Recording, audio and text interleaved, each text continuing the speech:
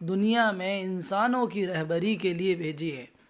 یہ کتاب تربیت بھی کرتی ہے، یہ کتاب عقیدہ کو بھی درست کرتی ہے، یہ کتاب اخلاق کو بھی سنوارتی ہے، یہ کتاب قانون بھی دیتی ہے، یہ کتاب اصول ضابطے بھی دیتی ہے۔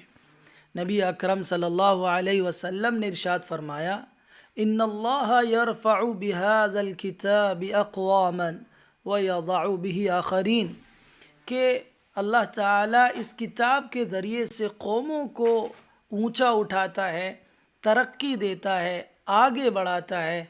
جو لوگ اس کتاب کو سمجھ کر اور اس پر عمل کرتے ہیں ان کو اللہ اونچا اٹھاتا ہے، ان کو ترقی دیتا ہے، اور جو لوگ اس کتاب کو نہیں مانتے، اس کتاب کو چھوڑ دیتے ہیں، اس کتاب پر عمل نہیں کرتے، اللہ تعالیٰ عمل نہ کرنے کے نتیجے میں قوموں کو گرا دیتا ہے، پستی میں پہنچا دیتا ہے، نیچے کر دیتا ہے۔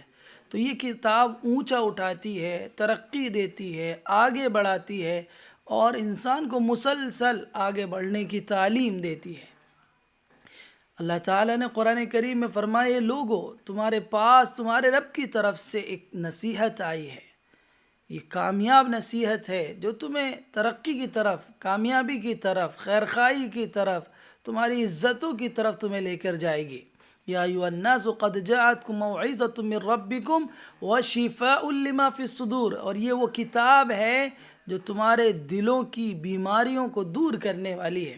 دلوں کی جو بیماریاں ہیں، حسد ہے، بغض ہے، نفرت ہے، جلن ہے، اور دیگر دلوں کی بیماریاں ہیں، ان دلوں کی بیماریوں کو یہ کتاب صاف کر دیتی ہے، دلوں کے زنگ کو دور کر دیتی ہے، دل کو منور کرتی ہے، روشن کرتی ہے، دلوں کو ایک ترقی عطا کرتی ہے۔ اور آپ نے فرمایا کہ یہ جو شخص بھی اس کتاب پر ایمان لائے گا، یہ کتاب اس کے لیے ہدایت ہے، یہ کتاب اس کے لیے رحمت کا سامان ہے۔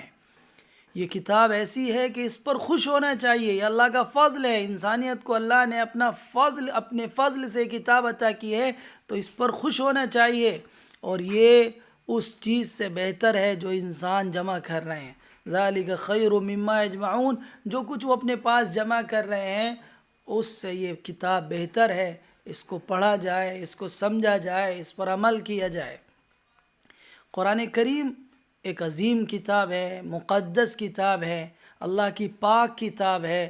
جو شخص قرآن کریم سے وابستہ ہوگا اللہ تعالیٰ اس کو عظمت عطا کرے گا، بلندی عطا کرے گا، یہ اللہ کا وعدہ ہے۔ اور جس کو بھی قرآن سے نسبت ہوگی اس کا ایک اللہ کے یہاں اونچا درجہ ہوگا۔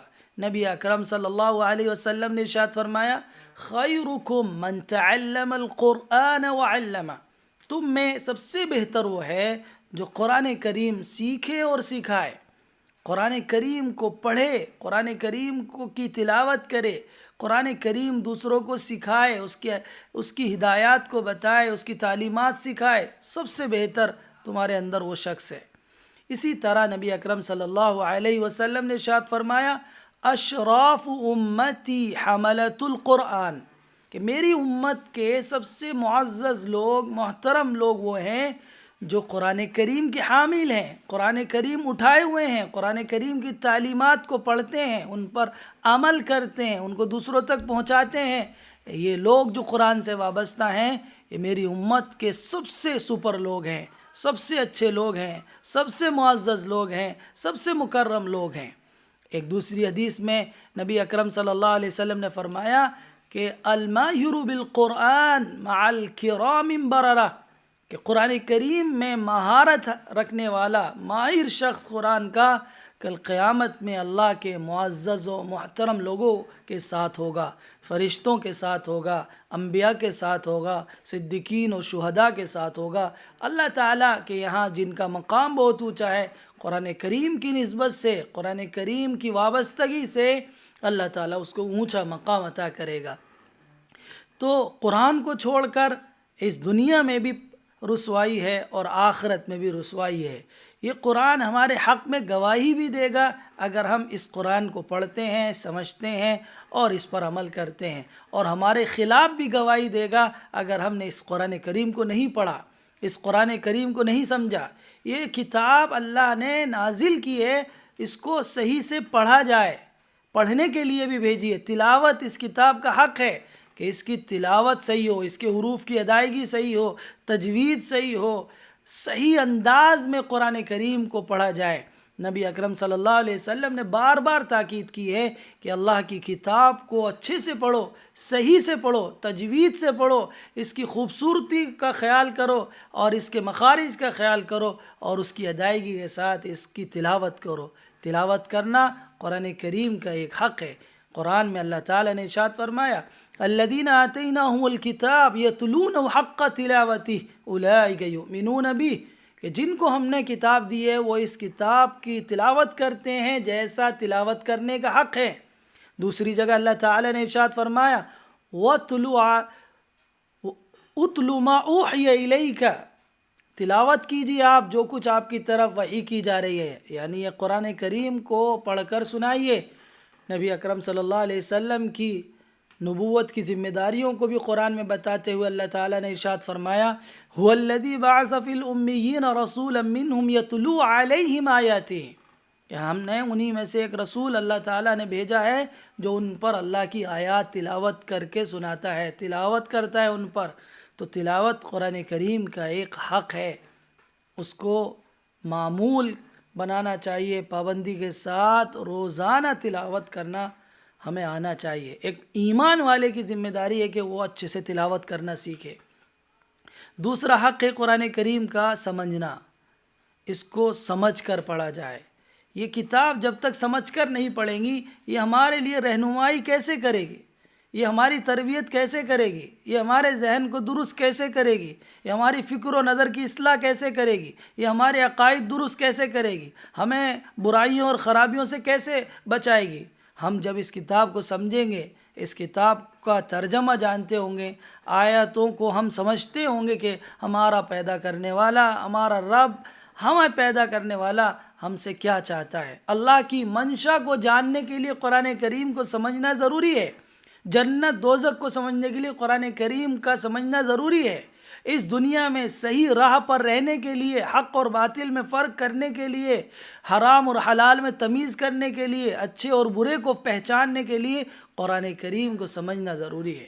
یہی کتاب ہے جو آپ کو بتائے گی کہ یہ حق ہے اور یہ باطل ہے، جو یہ بتائے گی کہ یہ حلال ہے اور یہ حرام ہے۔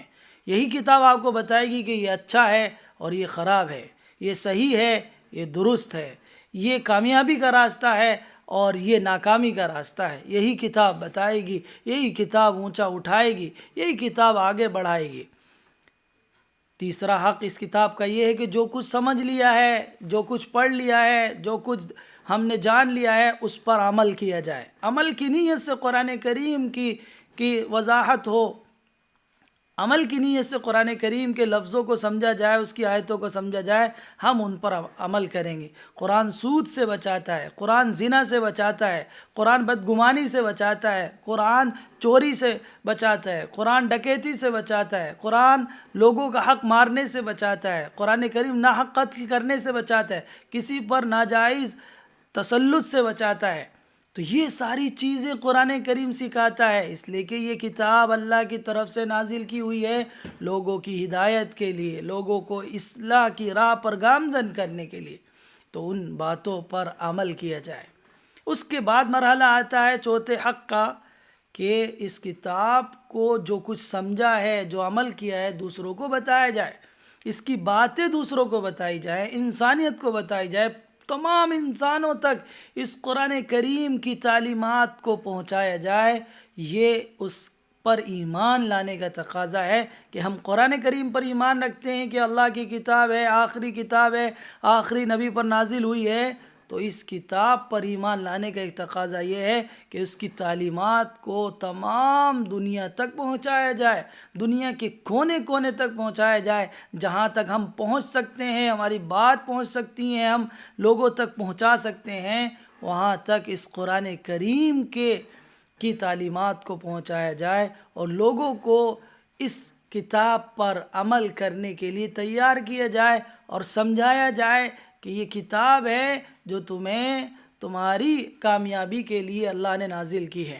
تمہارا اس کے اندر تذکرہ ہے، اللہ نے تمہارا ذکر کیا ہے اس کے اندر۔ دیکھیے قرآن کریم میں اللہ تعالیٰ نے ارشاد فرمایا لَقَدْ أَنزَلْنَا إِلَيْكُمْ كِتَابًا فِيهِ ذِكْرُكُمْ أَفَلَا تَعْقِلُونَ۔ تمام دنیا کے انسانوں کو مخاطب کر کے اللہ تعالیٰ کہتا ہے دیکھو اے انسانوں سنو، سب دنیا کے انسانوں کو مخاطب کر کے اللہ کہہ رہا ہے کہ سنو، سب کے لیے ہے، اے انسانوں تمہارے لیے ہم نے ایک ایسی کتاب نازل کی ہے جس میں تمہارا ذکر موجود ہے، تمہارا تذکرہ ہے۔ افلا تعقلون، کیا تم عقل نہیں رکھتے؟ کتنے لوگ ہیں جو اپنا تذکرہ قرآن میں تلاش کرتے ہیں؟ کتنے لوگ ہیں جنہوں نے دیکھا ہے کہ ہمارا ذکر قرآن میں کہاں ہے؟ کن لوگوں میں اللہ نے ہمیں شمار کیا ہے؟ ہم اپنے آپ کو جان سکتے ہیں، ہم پہچان سکتے ہیں ہم کہاں کھڑے ہیں، ہمارا اخلاقی معیار کیا ہے، ہماری عبادات کا معیار کیا ہے، اللہ کے یہاں ہم کامیاب ہیں یا نہیں ہیں، ہم اللہ کے یہاں محبوب ہیں یا نہیں ہیں۔ اس کو جاننے کے لیے اللہ نے ایک عظیم کتاب نازل فرمائی ہے جس کا نام قرآن کریم ہے۔ قیامت تک رہنے والی، قیامت تک رہنمائی کرنے والی، رہبری کرنے والی، ہدایات دینے والی، لوگوں کی اصلاح کرنے والی یہ کتاب ہمارے درمیان موجود ہے۔ بدقسمتی یہ ہے کہ یہ کتاب چند چیزوں کا نمونہ بن کر رہ گئی ہے۔ کوئی دکان کھولتا ہے تو بس اس کے لیے قرآن خوانی کرا لیتا ہے، کوئی مرتا ہے تو اس کے بعد اس کی تلاوت کا کر لیتا ہے، اسی طرح کوئی بیمار ہو جاتا ہے تو اس کے سرانے پڑھ دی جاتی ہے، اور یہ رمضان میں کچھ الفاظ اس کے پڑھ لیے جاتے ہیں۔ پورا سال ہم قرآن کریم کو کھول کر نہیں دیکھتے، ہمارے گھروں میں اونچی جگہ پر وہ رکھا رہتا ہے، دھول جمی رہتی ہے۔ جس گھر میں قرآن کریم پر دھول لگے گی اللہ تعالیٰ اس گھر کو ضائع کرے گا، اس گھر میں کبھی خیر نہیں ہوگی، اس میں برکت نہیں آئے گی، اللہ کی رحمتیں نازل نہیں ہوگی۔ اللہ کی کتاب پر جس گھر میں گرد چڑھتی ہوں، دھول چڑھتی ہو، اس گھر میں اللہ کی رحمتیں نہیں برستی۔ اس لیے ضروری ہے کہ ہم قرآن کریم کو پڑھیں، قرآن کریم کو سمجھیں، قرآن کریم پر عمل کریں، قرآن کریم کو دوسروں تک پہنچائیں، اور اپنے بچوں کو پڑھائیں، اپنی عورتوں کو پڑھائیں، اپنے جوانوں کو پڑھائیں۔ اس وقت بڑا سنگین مسئلہ ہے، نوجوان نسل دین بیزاری ہے، دین کو چھوڑ رہے ہیں، ارتداد کا شکار ہے، مرتد ہو رہے ہیں اور دوسری جگہوں پر شادیاں کر رہے ہیں۔